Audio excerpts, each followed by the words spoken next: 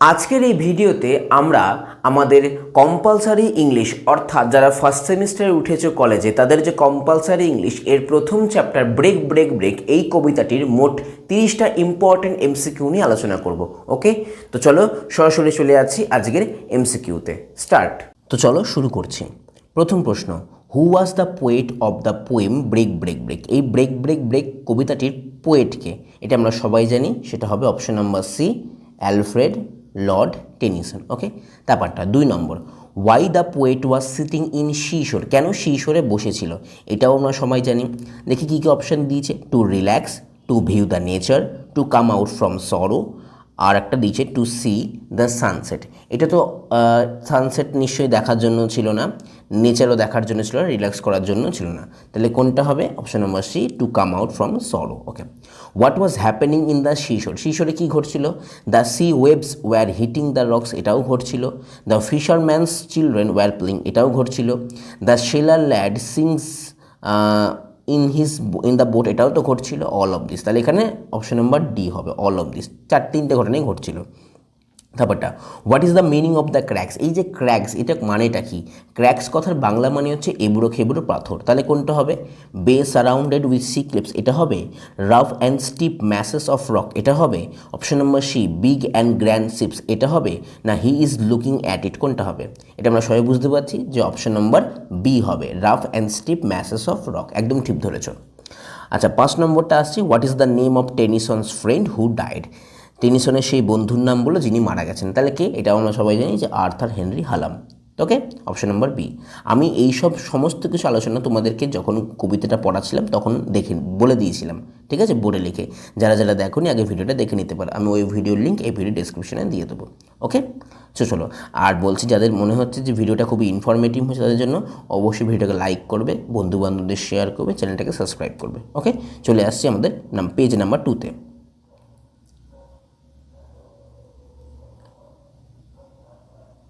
দেখো কি বলছে 5 নম্বরটা, হোয়াট ইজ দ্য নেম, আচ্ছা এটা তো পড়লাম 6 থেকে।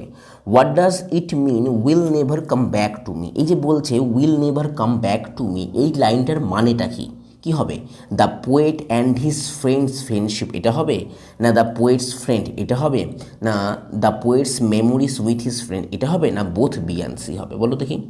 এটা আমরা দেখেই বুঝতে পারছি যে এটা হবে বোথ বি অ্যান্ড সি, কারণ দ্য পোয়েটস ফ্রেন্ডের কথা বলেছে, আবার সেই সঙ্গে তার সঙ্গে কাটানো সেই স্মৃতিগুলোকেও বলেছে, যেটা ব্যাক করে আসবে না। তাহলে হবে both B and C, option number D. তারপরটা, what is the colour of the rock in the seashore? এটা আমরা সবাই জানি যে শিশোরের সেই রকটার পাথর কী ছিল? Cold grey stones. তাহলে কী হবে? Grey, option number A. Okay, তারপরটা, which country does the poet belong to? Poet কোন কান্ট্রি থেকে ছিল? এটা আমরা সবাই জানি, এটা আমি আলোচনা করে দিয়েছিলাম প্রথম ক্লাসেই, সেটা হচ্ছে ইংল্যান্ড। ওকে, আচ্ছা, the poem break break break was written in, এটা কত সালে লেখা হয়েছিল? এটা লেখা হয়েছিল 1835 সালে। এটাও আমার আলোচনা করা হয়ে গেছে ওই ক্লাসে। আচ্ছা, the poem break break break was published in, এটা কত সালে পাবলিশ হয়েছিল? এটা আমরা সবাই জানি, ঠিক 7 বছর পর, অর্থাৎ 1842 সালে। ওকে, চলো তারপরটা আসছে। তারপরে বলছে হোয়াট ডিড দ্য পোয়েটস, আচ্ছা এটা একটু তুলে দিই।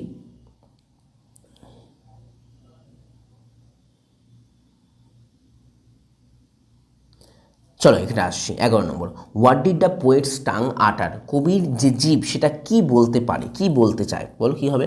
The poet likes to utter but he doesn't utter because of his friend death, সে কি বলতে পারছিল না?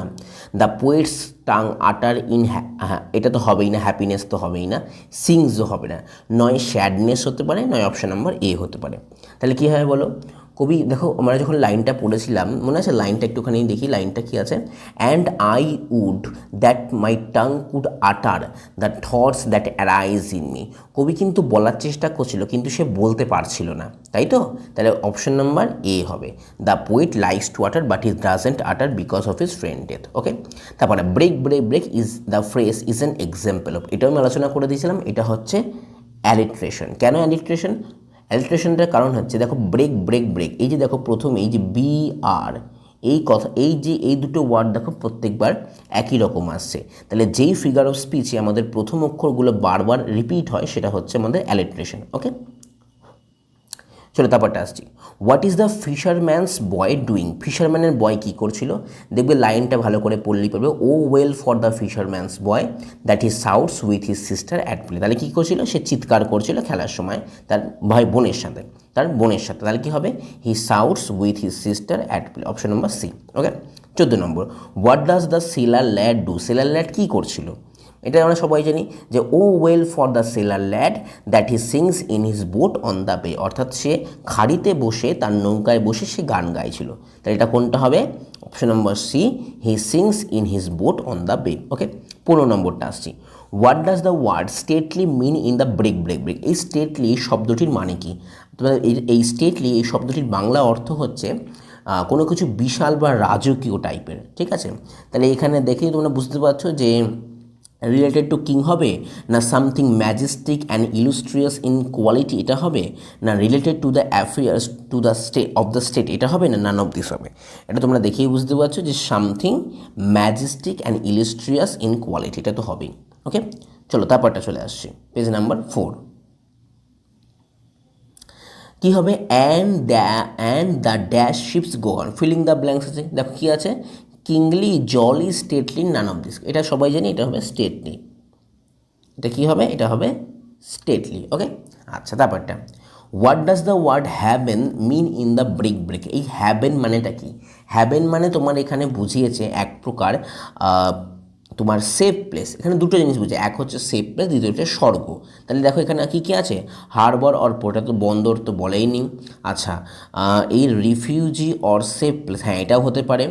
আর হেভেন, তাহলে হবে বোথ বি অ্যান্ড সি আছে। আচ্ছা, না যদি দেয়নি তাহলে হবে বোথ বি অ্যান্ড সি, মানে বিও হবে আবার সিও হবে, এই রিফিউজি অর সেফ প্লেস অথবা হেভেন। ওকে, তারপরটা, where are the stately ships go heading to, কোথায় যাচ্ছিল? আচ্ছা, কী দিয়ে যাচ্ছিল? তাহলে এটা কী দিয়েছিল হবে? হ্যাভেন আন্ডার দ্য হিল আছে না? আচ্ছা, হ্যাভেন আন্ডার দ্য ক্র্যাকস হবে, হ্যাভেন অ্যাক্রস দ্য হিল হবে, নান অফ দিস। দেখবে কবিতায় যদি ভালো করে পড়ো দেখবে লেখা ছিল and the stately ships go on to the haven under the hill. হ্যাভেনে যাচ্ছিল কি? আন্ডার দ্য হিলে। তাহলে কী হবে? Option number A, haven under the hill. Okay, তারপরটা, what does the phrase vanished hand refer to? এই ভ্যানিসড হ্যান্ডটার মানে কি বুঝিয়েছে? The hand of poet's lost friend, the hand of poet's dead friend, the hand of poet's dead mother, না none of this. তাহলে এটা কোনটা হবে? এটা আমরা সবাই জানি, the hand of poet's dead friend, 19 নম্বরটা বলেছে। ওকে, চলো তারপরটা আসছি। বলছে and the sound of a voice that is still whose voice is refer to here. এখানে ভয়েসটা কার বুঝিয়েছে? এখানে আমরা এই লাইনটা মানে আমরা বুঝতেই পারছি, এই লাইনটা মানে কি? And the sound of a voice that is still বলছে, এবং সেই আওয়াজটা যেটা এখন স্তব্ধ হয়ে গেছে। স্তব্ধ মানে কি? যেটা মারা গেছে। তাহলে এটা কী হবে? কার শব্দ বুঝিয়েছে? The voice of poet's lost friend, the voice of poet's dead friend, না the voice of poet's dead মানে, নাকি নান অফ দিস? কোনটা হবে? এটা আমরা বুঝতেই পারছি, এটা হবে the voice of poet's dead friend, option number B. Okay, চলো তারপরটা আসছে 21 নম্বর। কি বলছে? And the sound of a voice that is still, what does the word still mean here? Still বলতে কী বুঝেছি? আমি আগেই বললাম, স্টিল বলতে এখানে বুঝেছি যেটা স্তব্ধ, অর্থাৎ যেটা মৃত্যু হয়েছে। তাহলে এটা কি হবে? Option number D, dead. Okay, তারপরটা, whom does the poet long for in the third stanza of break break break?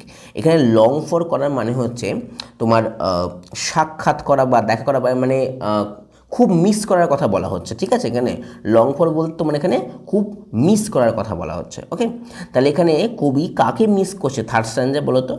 His mother তো হবেই না, হিজ বিলাভেড তো হবেই না, হিজ ফাদারও হবে না, তাহলে কোনটা হবে? His friend. ওকে, তারপরে break break break is a বা অ্যান, তাহলে কী হবে? এটা হবে এলিজি। কেন এলিজি? এলিজি কথার মানে হচ্ছে শোকগাথা। দেখবে কবিতাটা পুরোটা বিষয়বস্তু কী আছে? শোক নিয়ে, দুঃখ নিয়ে আছে, তাই তো? তাহলে এটা হচ্ছে এলিজি। ওকে, যদি জিজ্ঞেস করে কী ধরনের এলিজি, তাহলে লিখবে পার্সোনাল এলিজি। ওকে, তারপরে, who shouts in the poem break break break? কে চিৎকার করছে? বলো কে চিৎকার করছে? দেখবে আমরা পড়েছিলাম O well for the fisherman's boy that he shouts with his sister at play. সে খেলার সময় তার বোনের সাথে চিৎকার করছে। তাহলে কে চিৎকার করছিল? Option number A, the fisherman's boy. Okay, তারপরটা আসছি, who sings in the poem break break break? Break break break কবিতা কে গান গাইছিল? এটাও আমরা জানি, এটা হবে দ্য সেলার ল্যাড। মনে আছে সেই সেলার ল্যাডটা তার খাড়িতে তার নৌকার উপর বসে গান গাইছিল। ওকে, তারপরটা আসছি, চলো দেখো, হুম does the poet address in the first স্ট্যান্জা, প্রথম স্ট্যান্জায় কবি কাকে অ্যাড্রেস করেছে, এটা সবাই জানি। এটা কি হবে, এটা হবে দ্য সি, কারণ প্রথম স্ট্যান্জায় সিকেই বলেছে আছড়ে পড়ো আছড়ে পড়ো আছড়ে পড়ো অন দাই কোল্ড গ্রে স্টোনস, তাই তো, সিকেই বলেছে। তারপরটা, how does the poet describe in the sea in the first stanza, আচ্ছা প্রথম পঙ্ক্তিতে কবি সমুদ্রে কীভাবে ডেসক্রাইব করেছে, ইন এ হ্যাপি মুড, আচ্ছা in a sombre mood, in a bleak mood, না in a non silent mood, কোনটা হয় বলো? এটা হবে সোম্ব্রি মুড। কেন বলে দিচ্ছি, হ্যাপি মুড মানে তোমরা জানো আনন্দ, সোম্ব্রি মুড কথার মানে হচ্ছে বিষণ্ণতা ভাব, আচ্ছা ওকে। আর ব্লিক মানে হচ্ছে তোমার হতাশ, মানে হতাশার কোনো মুড। আর নন সাইলেন্ট মানে হচ্ছে তোমার অতটা মানে পরোয়া করে না, যেরকম মানে ওই হলে হলো না হলে না হলো ওই রকম, ঠিক আছে। তাহলে এটা কোন দেয় বিষণ্ণভাবে, তাহলে হবে ইন আ সোম্ব্রি মুড, ওকে। তারপরটা, what does the word bleak, আচ্ছা sorry, what does the word break mean in the poem, break বলতে কী বুঝিয়েছে, the act of losing formation, the act of disintegrate, the act of breaking and breaking other object, না none of this বলে। তাহলে এটা কোনটা হবে, এটা তোমার হতে পারে what does the word break in the poem, তাহলে ব্রেক বলতে এখানে কী বুঝিয়েছে, ব্রেকটা তোমার হবে এখানে the act of losing formation, ঠিক আছে, ওটা হবে তাহলে অপশন নাম্বার এ, ওকে। তারপরটা আসছি, at the foot of thy crags, what does the word foot signify here, ফুটটা বলতে কী বুঝছে, ফুট মানে আমরা সবাই জানি যেটা একদম নিচের বোঝায়, অর্থাৎ বটমটা, ওকে। তাহলে এটা কী হবে, এটা হবে, দেখা আচ্ছা অপশনটা কী কী দিয়েছে, the bottom of something, the base of something, something under another thing, আচ্ছা আচ্ছা অপশানে ইট ওয়েভস আর হাই, না না এটা তো হবে না, তাহলে এটা হবে তোমার অপশন নাম্বার বি আর option number C, bottom of something আর বেস অফ সামথিং। আচ্ছা 30 নম্বরটা কি দিয়েছে দেখি, how are the children portrayed in comparison of their natural surrounding in the poem, আচ্ছা বলতে এই বাচ্চাগুলো কীভাবে চিত্রিত করা হয়েছে প্রকৃতির সঙ্গে, প্রকৃতির আশেপাশে মানে তাদের চারপাশের যে প্রকৃতি আছে এই প্রকৃতির সঙ্গে তুলনা করে এই বাচ্চাগুলো কীভাবে বর্ণনা করা হয়েছে, কী কী আছে, to be harmony with, harmony মানে হচ্ছে ঐক্য, ঠিক আছে, to be harmony with nature, to be discord with, discord মানে হচ্ছে অসামঞ্জস্য ভাঙাভাঙি, ঠিক আছে, with nature, representing the continuity of life in nature, না বোথ বিয়ান্সিং। এটা হবে তোমার এটা হাঁচা মানে বাচ্চাটাকে বলেছিল, তাহলে নিশ্চয়ই বাচ্চাটা তো প্রকৃতির সঙ্গে মিল ছিল না, প্রকৃতি বিষণ্ণ ভাবছিল আর বাচ্চাটা আনন্দ করছিল, তাহলে এটা কি হবে, এটা হবে ডিসকর্ড, কারণ পুরো অসামঞ্জস্য ছিল। আর কি বুঝিয়েছে, বাচ্চাটার মধ্যে দিয়ে কিন্তু ওই যে কবির বন্ধু মারা যাচ্ছে এবং বাচ্চাটা আবার জন্মাচ্ছে, তাহলে কি আমাদের যে লাইফ, এই লাইফের যে সার্কেল বা কন্টিনিউটি এটাকে বুঝিয়েছে, তাহলে কোনটা হবে, representing the continuity of life in nature, okay. দেখি হ্যাঁ চলো, তাহলে আজকে আমরা এই কটা 30টা ইম্পর্ট্যান্ট এমসিকিউ আমরা কমপ্লিট করলাম। তোমরা অবশ্যই খাতার মধ্যে সেগুলোকে ভালো করে টুকে নেবে এবং তোমার যদি হেল্পফুল মনে হয় ভিডিওটা তাহলে অবশ্যই লাইক করবে, বন্ধুবান্ধবদের শেয়ার করবে এবং চ্যানেলটাকে সাবস্ক্রাইব করবে, ওকে। তো চলো দেখা হচ্ছে পরবর্তী ক্লাসে, এবং এরপরে তোমাদের কোন বিষয় ভিডিওতে ওটা কিন্তু অবশ্যই জানাতে ভুলো না, ওকে। চলো টাটা।